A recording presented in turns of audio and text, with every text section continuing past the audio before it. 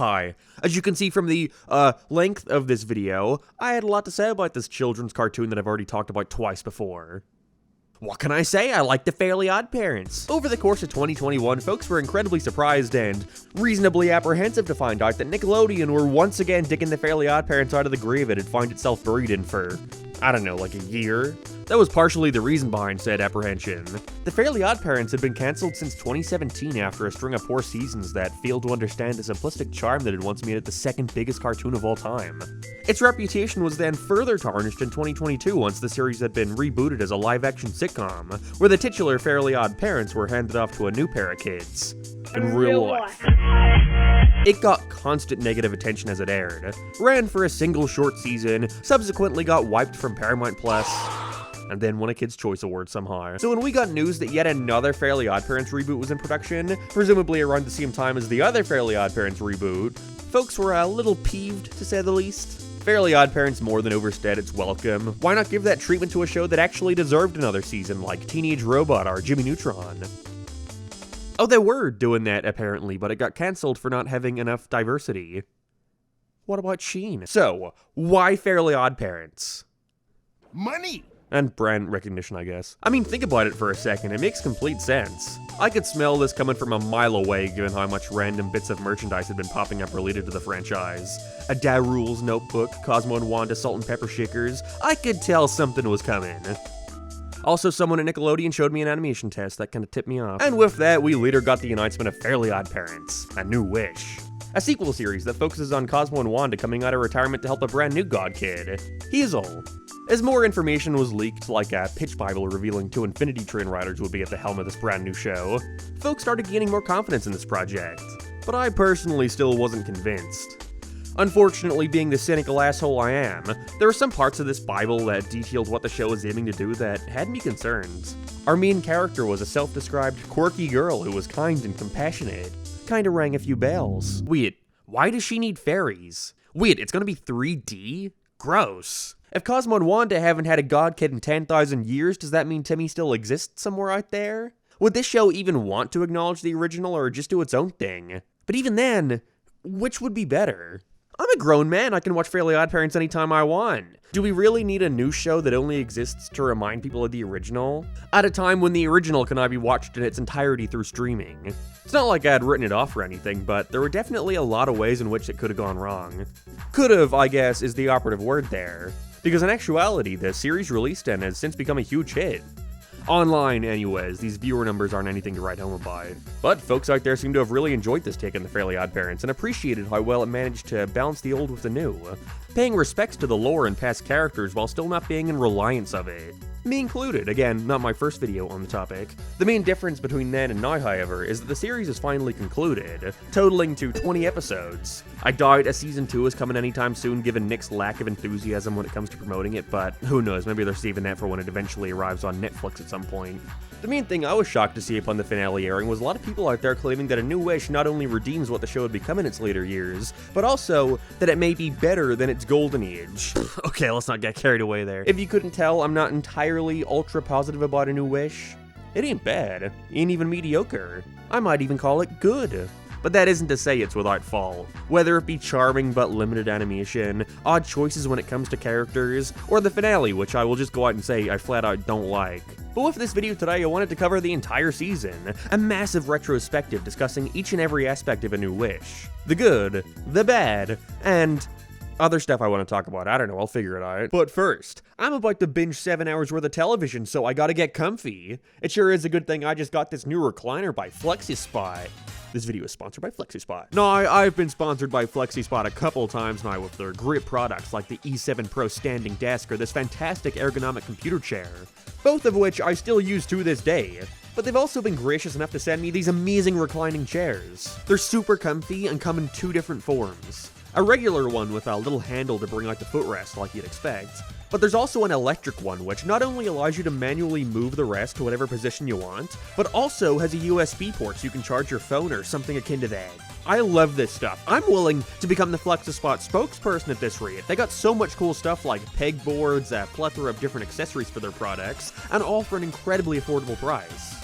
So if you were looking for an excellent desk slash computer chair slash recliner slash other stuff, Check out FlexiSpot in the description below, and unlock more savings by using the exclusive promo code provided in the description too.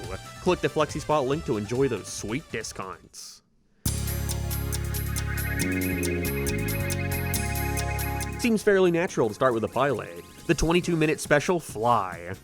Right off the bat, I was extremely worried about how the show would turn out. That title card didn't exactly give the best first impression. I suppose to get it out of the way now, I really hate a lot of the 2D art in this show. It's very ugly. Sometimes it looks fine, like with the title cards for the Department of Magical Violations or Petty Possum's Party Playground, but other times, ew. It seems to have come from a lack of understanding of the original art style, which wouldn't be an issue if they weren't actively trying to replicate it. As someone who for years has been endlessly attempting to try and draw the perfect Timmy Turner, take it from me when I say this art style is very hard to adapt. Not even Butch Hartman himself can draw on it. The characters appear deceptively simple, but the act of drawing them on model is extremely tough. Certainly not helped by the fact that throughout its first couple seasons, there was never a consistent way Timmy was ever drawn. Sometimes he was taller, had his eyes separated, had more of an oval head. And so with what I have to assume was a tight deadline, especially when some of these pieces of artwork had to be integrated into the 3D scene before compositing, I understand why they appear a bit rushed. Because they probably were. They pushed the expressions a lot more, which would be okay if they were also willing to squash and stretch the face along with it. There are just some faces that look rather odd on these characters. I mean, fairly odd. The perfect example we're given here is the title card for Battle of the Dimsonian, which is a direct reference to the season 10 episode of the original show, Hellraiser. There's just something about the original that looks cleaner, if that makes any sense. Not only is the composition worse now, with Hazel slightly going off screen, but Cosmo and Wanda's expressions look a bit strange. Maybe it's their eyes going over their hair. That's not really something they would ever do, opting to instead shoot their hair upwards to evoke the fear they have instead. I don't know, I just think the posing in the original's better. Despite the face being more expressive in the new one, it just doesn't look like an official piece of Fairly OddParents artwork. It's not a big deal or anything, mainly why I want to get it out of the way right now. And it's not like the original series didn't have its fair share of horrible title cards where they just stick stock art of the characters on a solid background. The most confusing thing to me, though, was seeing the alternate takes on some episode title cards, like here's the title card that was supposed to be for Operation Birthday Takeback, versus the one that was actually used. Why'd they change it? Because 2D artwork is frequently mixed in during the series, it's something I could never not notice. Ugh. The one that plays over the credits especially, like what is that mouth on Cosmo? Anyways, instead of the pilot showing us an average day in Hazel's life with her newfound fairy godparents, we see the story of how she even got them in the first place. We see Hazel unpacking her stuff as she laments about how nervous she is coming to this new town, showcasing that quirky side of her as discussed in the Pitch Bible with her talking to rocks. I actually really like this moment where she fantasizes about having a rock come to life to grant her 3 wishes, in which she maniacally laughs and immediately asks for unlimited wishes. It's simple but effective at not only showing us that this character won't be as one-note as initially perceived, but also shows us why Hazel isn't just another Chloe, who was nothing but an annoyance throughout season 10 for that very reason. The Fairly OddParents is a kid's power fantasy show. I think it's very normal for them to see the world as an unfair place where they have no control over anything. That's why Timmy having such an overly miserable life was so important to the series, to show directly how he benefits from having Cosmo and Wanda in his life. It's a fine family show and allowed for a lot of sweet moments, along with moments where he had to come to terms with his own faults and letting all this newfound magic go to his head. Timmy being such an imperfect character made the fact that he could wish for whatever he wanted a lot more interesting than if he was just using this magic to, I don't know, cure world hunger or something. I thought this would be hilarious! Why isn't it hilarious? No, all you did was use our magic to torment a 5-year-old girl till she cried! Again, I think simple but effective is how I describe this pilot as a whole. Not that I'd expect anything differently, they're rarely the best episode of any show, but it does a good job at setting up why Cosmo and Wanda would want to take care of this kid in the first place. Hazel doesn't really need fairies. She's a little lonely, sure, moving to a new town and all, but I think the feeling of her not needing them is only so prevalent because of how exaggeratedly awful Timmy's life was. What Hazel's going through is a more common issue kids have to face than a babysitter who wants to murder them. But in some ways, I actually like that. I'm sure kids find it more relatable, and therefore it is a good reason for her needing them. Timmy's life and fairies almost work in a more abstract and metaphorical way.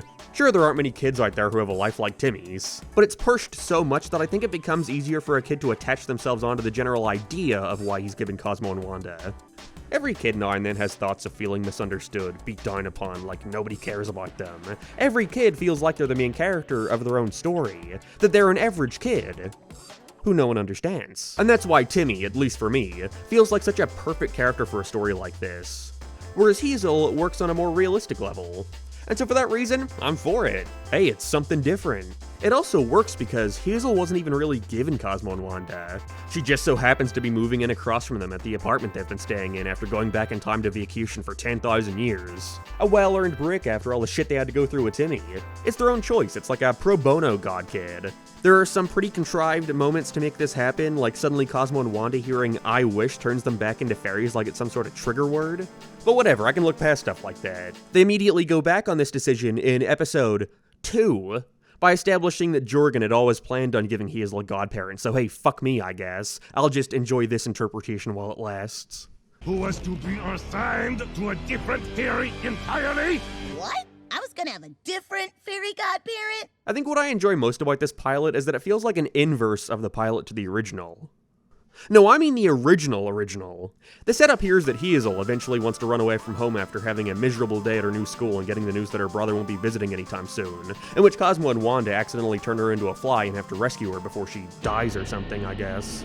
It reminded me a lot of the Oh Yeah Cartoons pilot, especially towards the end where we have Cosmo turning her into a bunch of different crap while attempting to rescue her. I think it's the perfect representation for what this series does differently as a whole. Whereas the original saw Timmy going on a power trip and using magic to mess with Vicky, which is vindicating for the viewer as she's been nothing but a bitch the whole episode. People get mad when I call cartoon characters bitches. They're not real, they won't be offended, I swear. And this works because all of Timmy's problems are external. Mean babysitter, neglectful parents. Whereas on the other hand, because Hazel's problems are more internal, general feelings of loneliness and insecurity, instead we get a pilot where she's the one frantically panicking around as she gets affected by the magic in a bunch of varied ways.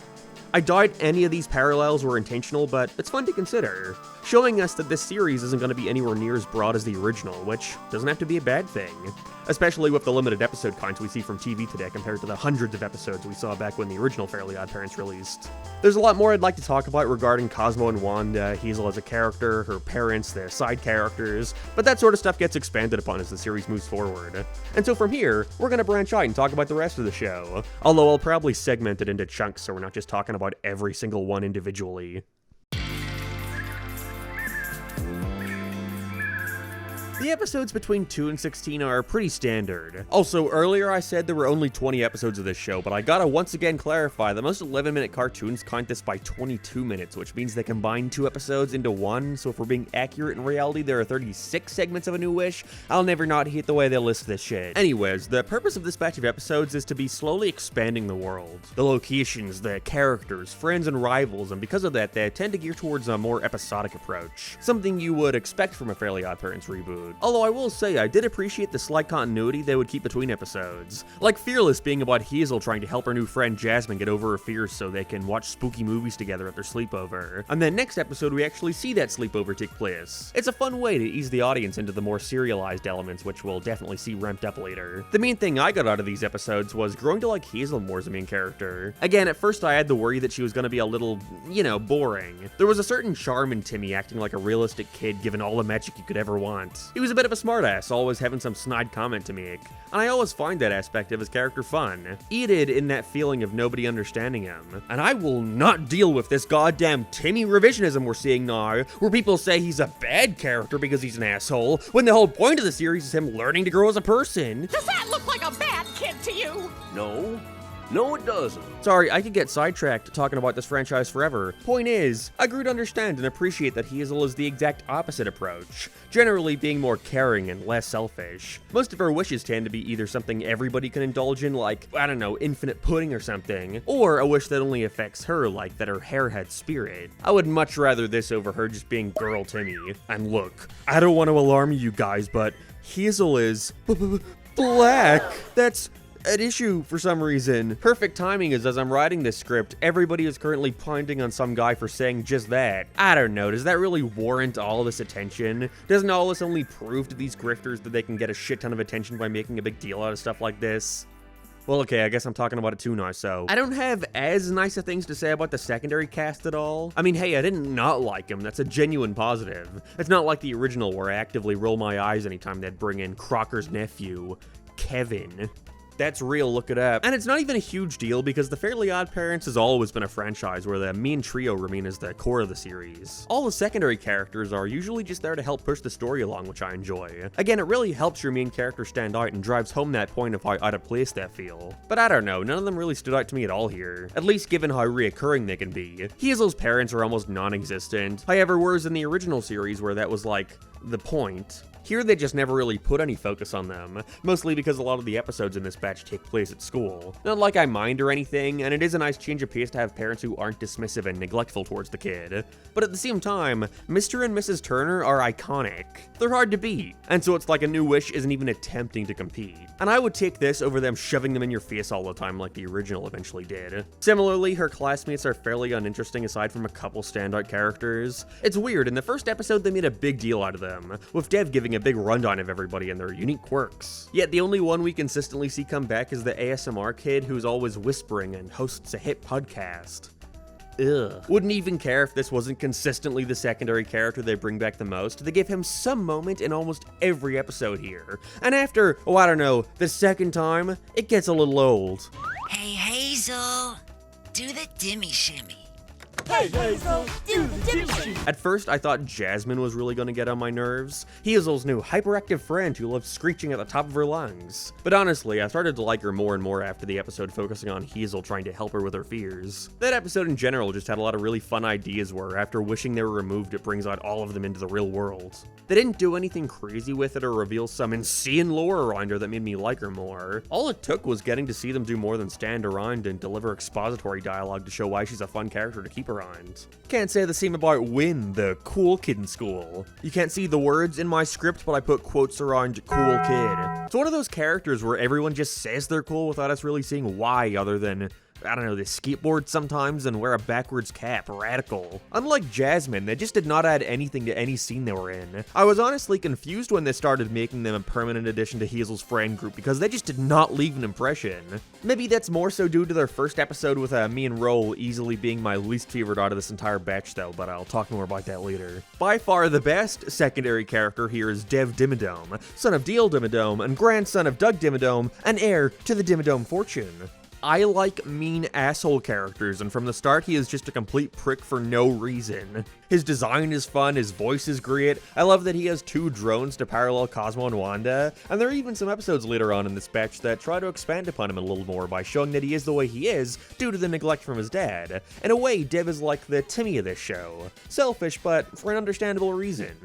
All it really leaves us with is Cosmo and Wanda. May come off weird that I'm leaving them till last, but there's a very simple reason for that, and it's that for most of these episodes, they're just kind of there. The previous Odd Parents series, Fairly Odder, was shat on for many, many reasons. However, one that really stuck out to me was the fact that Cosmo and Wanda are used as the central focus of the marketing for the series, yet in the actual show, they're hardly prevalent.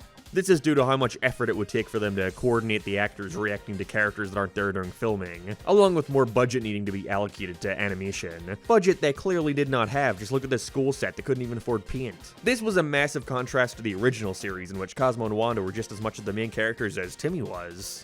Not only were they his godparents who granted his every wish, but we also got to learn more about them and their lives and relationships, especially with other fairies. There was a real history there that aided in the feeling of this being a job and the fairies having their own society. Comparatively, New Wish feels much more like an in-between of those two approaches. Don't get me wrong, there's never really a point here where you're asking, where's Cosmo and Wanda? But their role here is way more explicitly just Hazel's wish granters. They don't have much agency aside from a few select moments like in the pilot, but again, that's due to them going about their own lives during that episode. The focus is always on Hazel, and while that's not really a problem or anything, I find myself actively wanting to see more of Cosmo and Wanda because I ended up really liking them. In the original, as we all know, Cosmo and Wanda started as a pair of hopeless romantics, 2 halves of a whole idiot. However, I made an entire video a few years back about how much their relationship dwindled as the show went on, with the writers pushing the characters more and more into roles that could be used to derive the most comedy from. You know, a kid is a lot less likely to laugh at Cosmo crying over how much he misses his wife, and way more likely to lose their minds at him dropping an anvil on her head or something. And so the characters became complacent. Cosmo was the dumb idiot, and Wanda was basically his nagging caretaker. There are a lot of funny gags relating to that, sure, but at the same time, you're kind of put in a position where you're forced to keep topping yourself. And after a while, you just stand back and say, wow, these two are miserable. This was one of the biggest complaints with the later seasons of the series, especially given the early episodes having the exact opposite approach. And so I was thankful to see them revert back to how they used to be for this new show. They're a lot more loving. Cosmo's idiocy has been toned down and is used a lot less to get the characters into problems, along with Wanda finally being allowed to tap more into that silly side that was so quickly forgotten. On our 10,000-year vacation through time and space.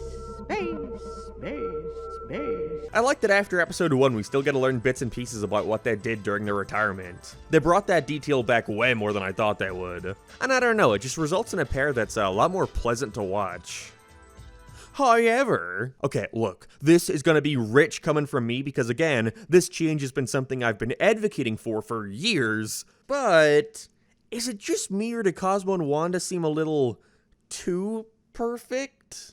Okay, let me explain. I know I'm the last person that should be complaining about this, but a part of me feels like because Cosmo and Wanda's relationship in the later seasons was so heavily criticized, that maybe there was a slight apprehension on the writers' part to refrain from ever having them be at odds with each other. Alright, I want to make it clear that if given the two options, I would pick A New Wish Cosmo and Wanda over Season 5 onwards Cosmo and Wanda any day of the week. But they never really butt heads here. And that's fine because, again, the focus is usually on Hazel, but it seems like they're really closing themselves off with the potential that comes with stories where Cosmo and Wanda play a bigger role. They've been married like 20,000 years in the series at this point. Surely they don't perfectly get along all the time, right? I guess I mainly think about the fact that A New Wish has no episodes like a partnership, where Cosmo thinks that Wanda forgot their anniversary and retreats to his mother's house at Fairy World. They argue and bicker before eventually coming to realize that they'll always love each other and can get through a misunderstanding like that. Timmy is like a footnote in that episode. He is instead the one aiding them through their troubles, and I think that's what I was missing most between Hazel and them in A New Wish.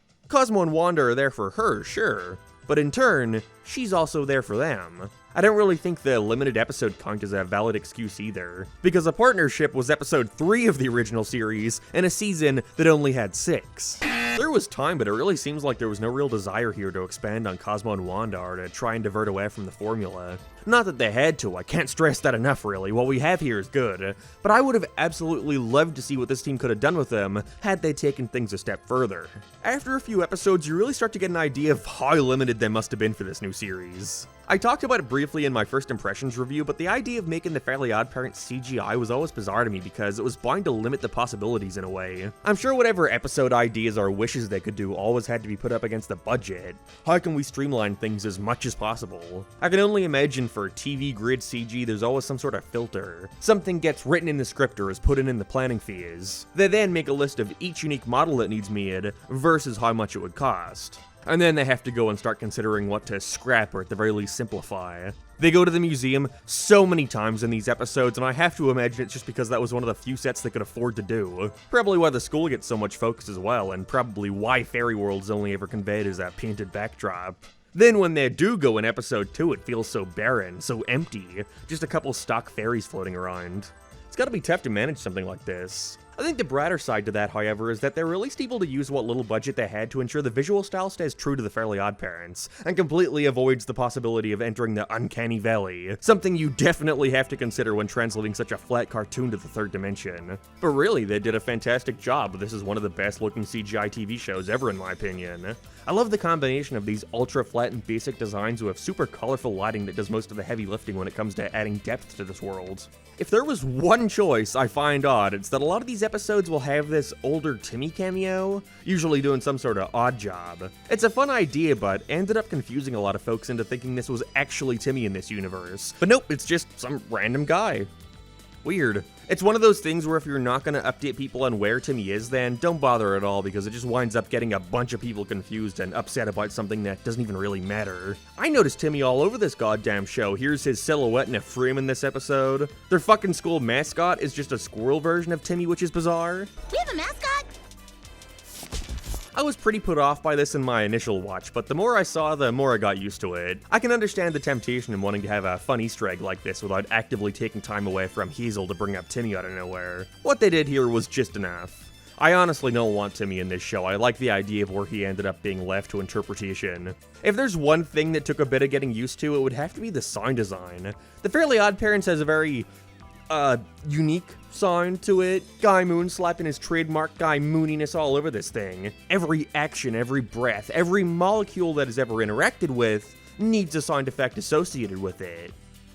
And I don't know. I like it. It's something that's taken me a couple years to realize. I think this new show actually helped with that. But I really, really like the sound design of the Fairly OddParents. It's not for everyone, and at times they do get a bit excessive. But in those first couple seasons, I think it added a certain charm to the show. The animation was so limited that the sound effects, and soundtrack especially, did wonders in making everything feel so much more alive.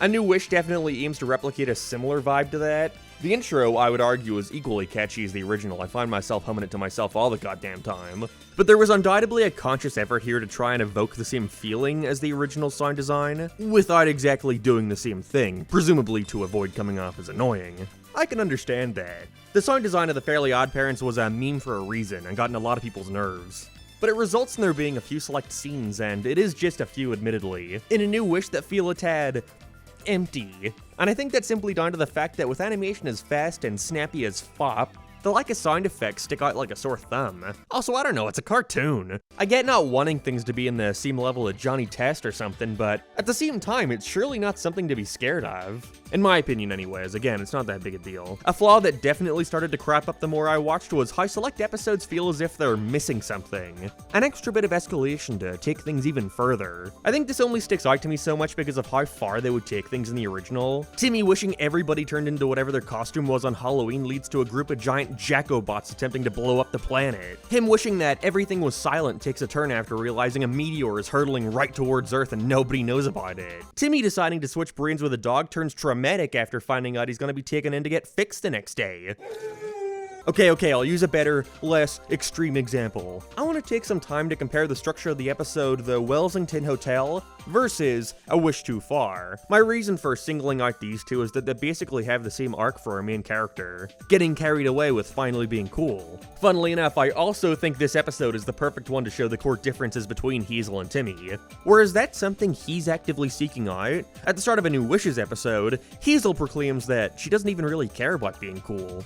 Still though, both episodes revolve around our protagonists trying to befriend a cool kid. Trixie in the OG and Win in A New Wish. Timmy deciding to wish for a bunch of generically rad stuff like stylish clothes and shiny teeth. With Hazel instead deciding to wish her crappy apartment were a giant luxury hotel filled with all of Win's favorite stuff. I think what A New Wish's attempt here suffers from is a lack of scope. Something that unfortunately plagues a lot of episodes in this show. Despite being this massive 100-story building, we only ever really see this one angle of the lobby and some random nondescript room that can drop assets in. I think there was a hallway in there too? In an episode like this, the Wish requires a larger scope to really portray what it's doing. You can just see in this episode that the series is buckling under its tight budget. Whatever they do here, they have to make sure it doesn't require too many unique assets being made for a single episode. They have to instead focus on what they can reuse. And I'm sure that's why the hotel seems so empty. There's just no feasible way they can pump all these resources into one set without having to sacrifice something else as a result. Comparatively, A Wish Too Far also has a fairly basic variety of locations. The bus interior, Timmy's backyard, his room, the cafeteria, and the ferry courthouse, that's it.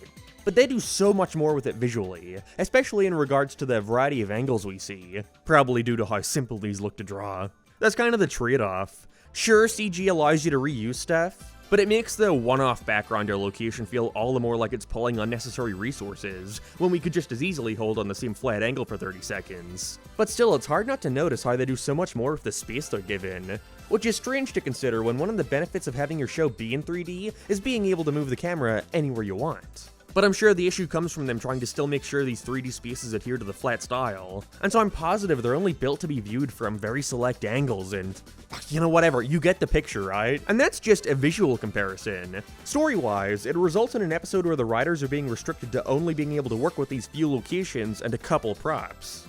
The escalation here is that the news makes a story about Hazel's hotel, and so suddenly a bunch of people now want her attention. This then causes her to start neglecting Jasmine and Wynn. Okay, saying their names together like that, who decided Jasmine and Wynn should be the name of her friends? It sounds so weird saying them together. Anyway, sorry. I understand and like what they're going for here. Hazel says she doesn't care about being cool, but when put in the limelight, she gets carried away and ignores them. That's great! What does it build to? Her friends decide to leave. Hazel stops them and says she's sorry, and they forgive her. Huh? Not a bad ending or anything, but like, well, I don't know, that's it? Again, it's missing that bit of escalation that takes things one step further, something that A Wish Knew Far does excellently. I cannot get over how much they managed to shove in here with such a simple premise and only 11 minutes. Here we have a similar thing where Timmy starts to ignore his friends and loved ones, including Cosmo and Wanda, taking advantage of their magic to gain popularity. And so as a result of this, while he's in the midst of making his most grand wish yet, ironically, it's also for his house to be transformed into something more fancy, they all get zapped to Fairy Court, where Jorgen von Strangle attempts to make a case for why Timmy is such a selfish kid that he doesn't even deserve the fairies he's been given. And he wins. Cosmo and Wanda get taken away from him and he's forced to revel in all he's wished for. Everyone is still coming to his party and he still has a boatload of cool stuff to show off. However, he doesn't do that. Instead, he stands out in front of everyone and admits to what an asshole he's been. That he wants friends who like him for him and not for the stuff he has. This action, in turn, shows that Timmy is the kind of kid who, albeit eventually, remembers what's right and is willing to sacrifice his newfound popularity for what he knows truly matters in the end. Being a good person. And it's only through this self-sacrifice that Cosmo and Wanda are able to showcase that Timmy isn't a bad kid at all, and that he is capable of learning a lesson. That having fairies is nothing but an asset to him, as it gives him the opportunities to grow into a better person. They all but abandon this a couple seasons later, but that's what's missing from this first batch of episodes to me. It never takes things to that level, and it only sucks so hard because it almost feels as if the show is holding itself back. That they could achieve something on this level, possibly greater, if the series had been given a greater sense of scope. It's also another example of them doing something with the relationship between Timmy, Cosmo, and Wanda. Something this show only ever attempts to do with...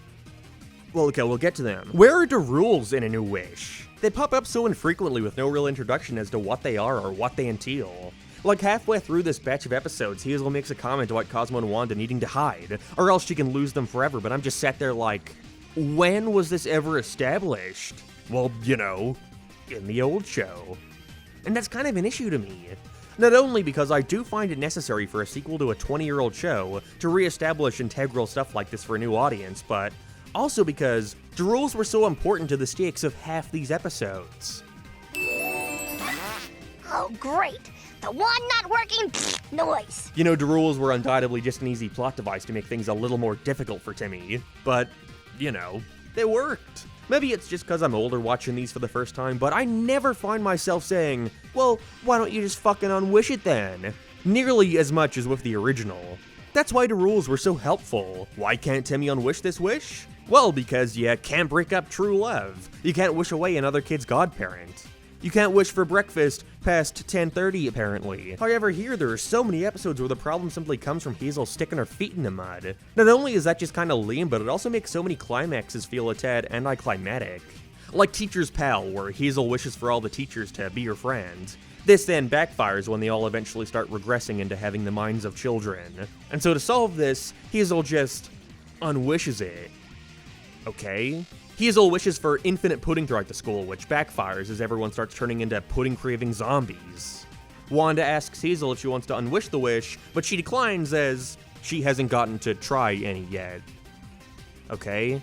Now, thinking about any Fairly OddParents episode in this way is pointless, as you could literally find a solution for any problem they're in that involves wishing. But not nearly as often did I find myself wondering why Hazel doesn't just undo the wish. She has the power to do it. And this is a problem that so could have easily been explained with, you know, the rules won't let us. Making Hazel have to think creatively as to how she wants to solve something. I hope this doesn't come off like I'm shitting on the show too hard, and I know a lot of these complaints are in reference to the original.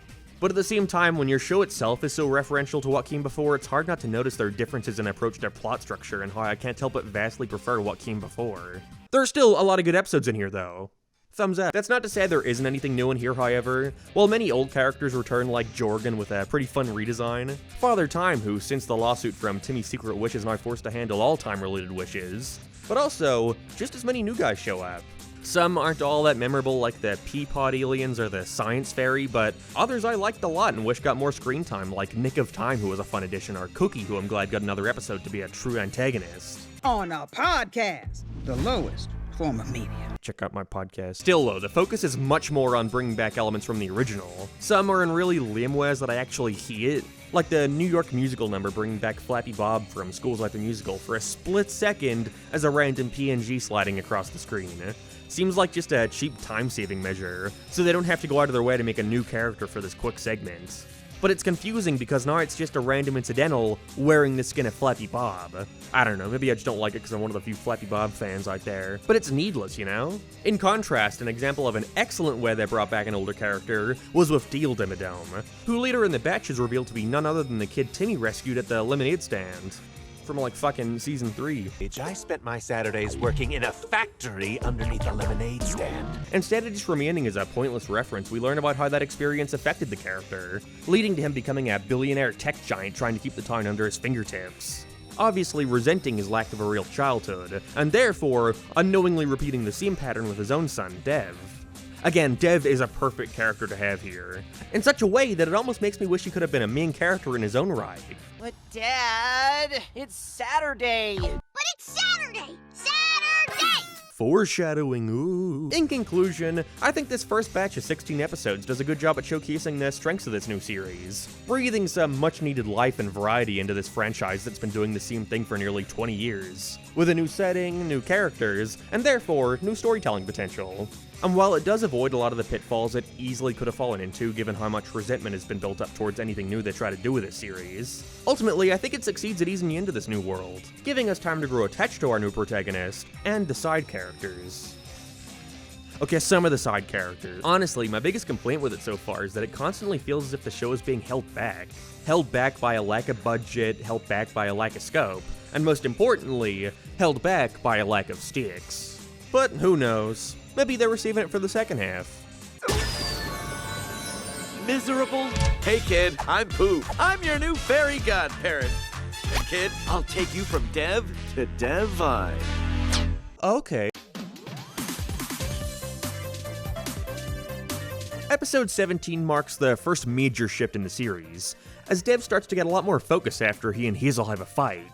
Now at his most miserable, Dev is given Poof, whose name has now been changed to Perry because apparently Poof is considered a slur in the UK, which is strange because nobody, when I was growing up, ever seemed to put that correlation together, but I guess it happened somewhere. With this, and a subsequent episode resolving with Hazel and Dev both figuring out each other's secret, the show aims from here to put a larger focus on continuity, mainly when it comes to their relationship together. I was incredibly excited to see this decision, as it's something you always got the idea that the original wanted to commit more to, but never could because of TV at the time, with a bunch of reoccurring characters and sequel episodes. Again though, they had only ever really dabbled in it. All in all, the original Fairly OddParents was more than happy to switch up the characters depending on what made the current episode work best. The main thing I think of being Timmy's parents. You know, Channel Chasers put such a large focus on Timmy realizing that all the parents on TV are either neglectful or idiots, making him appreciate his own more. A heartfelt finale which only really works if you ignore pretty much everything after the first season. So in a show that actually seems concerned with keeping consistent plot threads, small bits of serialization like this go a long way in making everything feel so much more cohesive. That's not to say they fully lean into it or anything, a majority of these episodes are still completely episodic. But I don't really mind that either, as it seems like a lot of their resources went into this second half of the season. There's much more variety shown off here, especially with these episode concepts. For every lame idea like Hazel getting a tooth with a personality, which seems so weird to do in a season where she already makes her hair alive, there's way more fun and creative ones here, like her wishing to become her mother's assistant, her and her brother who eventually makes an appearance, getting trapped inside their childhood board game, or her friends getting stuck inside a Freddy Fazbear-esque scenario. It's so weird that people's mind jumps to FNAF with this stuff and not what the game was actually based off. Hell, I think my favorite episode of the entire series is one of these episodic romps. Hazel Wells in the multiverse of Jenkins sees her embarrass herself in a pretty minor way, and so she uses this time loop serial to go back in time and undo it. But she continues to mess it up over and over again and continues repeating the same scenario until she eventually breaks time itself. Not the most groundbreaking idea out there, but they deal with it in a fun way. I always liked these time loop plot lines, and this is for sure one of my favorite examples of it. Even learns a nice lesson at the end. Great episode. Something I also noticed was that her relationship with Cosmo and Wanda got a lot stronger in the second half. They're way more fun together. You really get the idea that the writers find their groove as the show went on. I'm also happy to see Dev has a much larger focus here too. He's still only a major player in around 4 or 5 of these episodes, but he definitely leaves a bigger impression. He feels to me like a more fleshed out version of Remy Bucksaplenty from the original. I always find him so unique in that show, being one of the only other kids we get to see that also has a fairy godparent. Made even more interesting when he gets so enraged at learning about Timmy's that he challenges him to a duel. Loser loses their godparents. After that, he only made around 2 or 3 reappearances throughout the entire series. Always got the idea that there was a ton of missed potential with our main character getting to interact with another kid who has fairies. And so this is basically that. There's a lot more subtle progression with his character here, warming up more to Hazel over the season, actively wanting to be her friend in a lot of cases. And then eventually feeling so betrayed by her that he closes himself off even further. I love that they brought back the detail that she was the one who wished they were friends in the first place, which understandably pisses him off. We also meet a lot of new characters here too, which I was thankful for. A lot of them actually managed to leave a bigger impression on me compared to the others too, which was cool. The Music Fairy is a fun addition. I like her musical realm a lot. Mother Nature is a character I'm shocked they never attempted to do in the original show, but she's cool. I like that she's actually willing to get angry at Hazel. The Zombie Actress Fairy was a great one-off antagonist, and Anti-Hazel, not saying that name backwards, was a really cool concept. Again, a concept I'm surprised they never attempted before. There was that one episode I think where Timmy wished to be evil, but that's as close as we got. It was nice finally getting to see Anthony too, even if it was a weird thing for them to try and do. Her main reason for getting fairies was due to being separated from her brother, so I always figured that we just never get to see him. Always referred to, but never on screen. But who cares, their episode together was good, so, I accept it. Nobody online cared about those guys though. Everyone was instead ecstatic to see the return of fan favorites like AJ, Mr. Crocker, and Vicky, and Cupid, I guess. Now, I already made a 20-minute video discussing each of these callbacks in detail, so I won't repeat myself here. Go watch that video if you want to see what I have to say, but to give a quick rundown, AJ is used for some cool world building, them revealing that he founded the institute Hazel's dad moved here for. Even if I do wish they went further in trying to establish why he has a sudden obsession with the paranormal, but whatever. Mr. Crocker's a weird one, given he's just some random teacher who doesn't even live in this town, but they weave him in a clever way. Also works that he feels more like a one-off than a regular antagonist. It's weird and kind of dumb that they felt the need to change everything about Cupid, so I like that they just pretend he's a completely different character and not the guy from the original.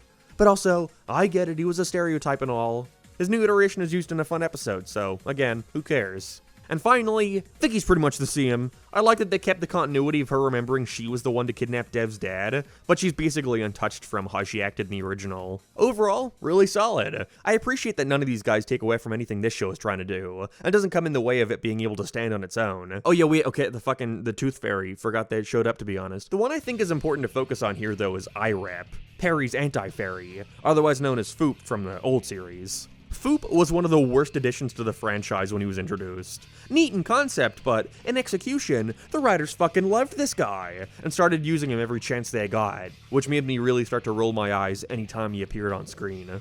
At first, I was pretty shocked to see him make an appearance in A New Wish. It's weird when thinking about a Fairly OddParents revival, I just never even had the thought of them wanting to bring back shit from the hated seasons. But it fits surprisingly well here. Love that they bring in a rule established from Fairy Idol here too, where after Perry gets so frustrated with Dev being a dickhead that he leaves, IREP swooping in to try and become his new rule-free godparent. Honestly, I wish they did more with this.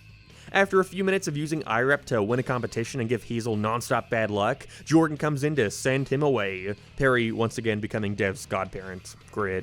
If it didn't come so late into the series, I would have expected them to continue having IREP be Dev's godparent, causing more havoc for Hazel in future episodes. But they're clearly building to something else with it.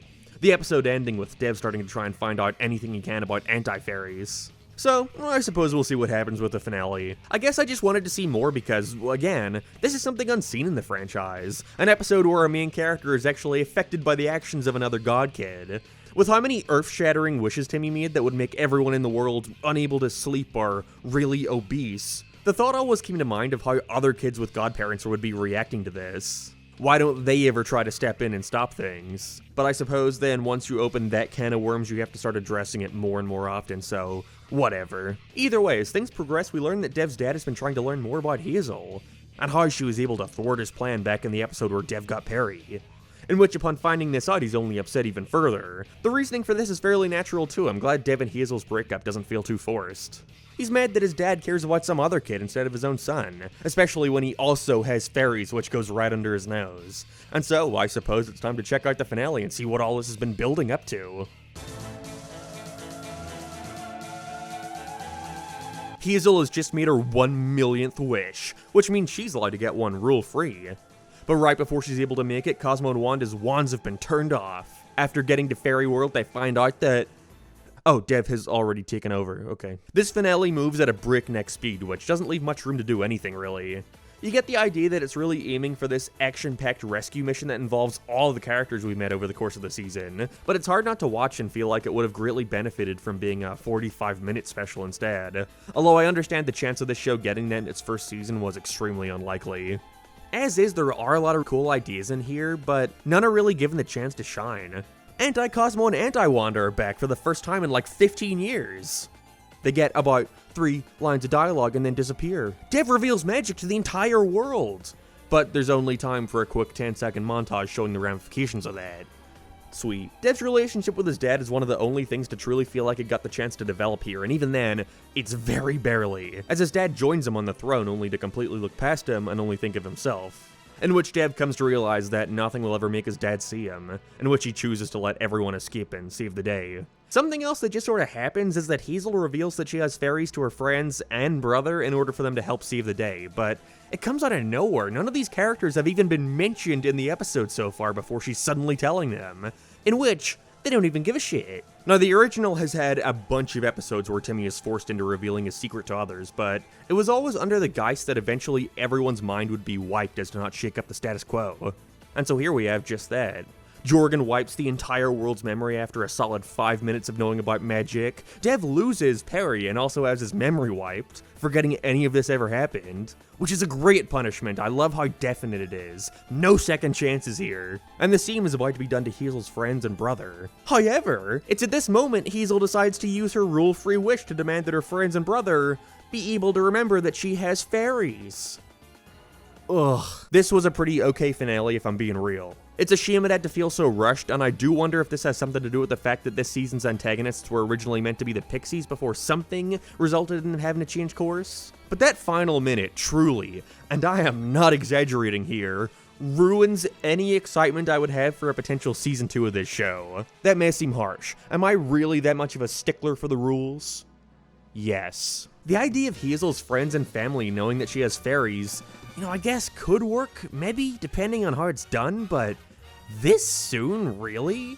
I think what I dislike so much about it is that it only serves to further lessen the stakes. There's no real fear of Hazel revealing her secret, because the show has now established that there's a loophole for getting around the biggest rule. What's to say Season 2 couldn't just find some workaround for Hazel revealing her secret to her parents, or her classmates, hell, the world? It just comes off so...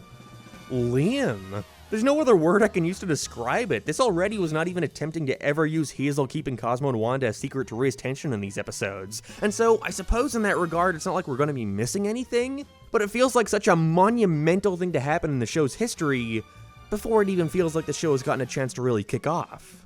Even then, in terms of the show's logic, they gotta know about Perry too? Perry wasn't even her godparent, what? I don't know, maybe you think I'm making a big deal out of nothing, and that's fair, genuinely. I know, I'm a picky bitch. But it's one of those things where I just can't help but see as cheap. An easy way for them to not really acknowledge this rule in potential future episodes and make this show have more of an ensemble cast as a result. I guess what also bugs me about this is... I don't care that these people know about Cosmo and Wanda. I barely know them. Hazel's friends aren't the most interesting characters out there. And even then, they're in about maybe, 40% of these episodes? Now I have to give a shit that they know about Cosmo and Wanda? Hell, this is her brother's 3rd appearance in the entire series. He gets to know about fairies? God kid friends? What's the name for that? Family. Fuck you. Sorry, hi, this is Mark at 12 in the morning before he renders this speaking. Another thing that really bugs me about Hazel's friends and brother knowing about fairies is the show already from the get-go had that issue of okay, well, Hazel's not that deserving of fairies, but you can kind of look past it. Whatever, I get it. Makes the show work. Who cares?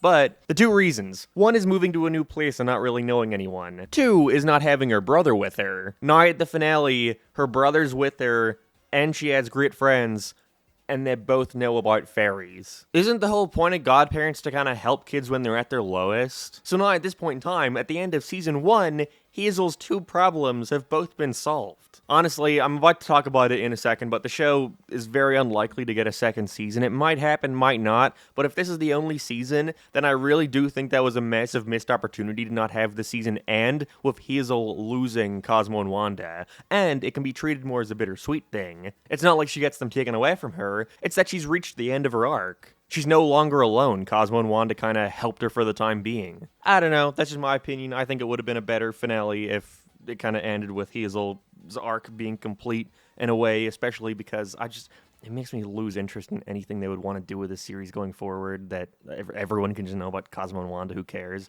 But, I don't know, that's something I wanted to bring up. No, I don't want to let that ending, which I genuinely hate and think shows a real lack of confidence in building the bond between Hazel, Cosmo, and Wanda, take away from the fact that before then, A New Wish is a really good show and a real shock considering how low the expectations set on it were. They're closing this thing out on a fart joke? Oh, they better give us a season 2!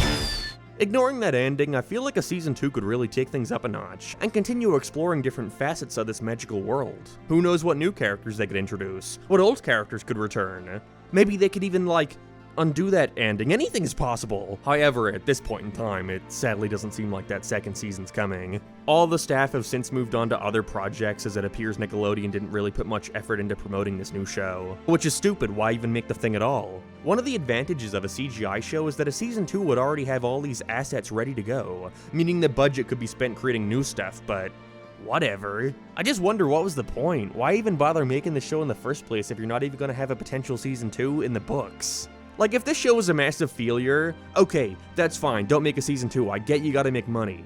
But not only was the series extremely popular, online at least, but it could have been the biggest thing in the world, yet it was already too late.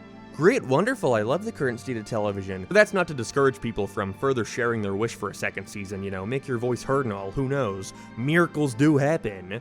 But for the time being, it seems like this is the end of A New Wish. I would be shocked if they rebooted the franchise again with a new show anytime soon, but hey, if that doesn't come and this is the last we ever hear about the Fairly OddParents for a long while, then I at least hope the staff who made it know that they contributed to one of the best recent revitalizations of an old, seemingly dead IP. This show certainly gets my guy who talks about Fairly OddParents on YouTube a whole lot stamp of approval. It's hard to get. Ending aside, sorry I had to.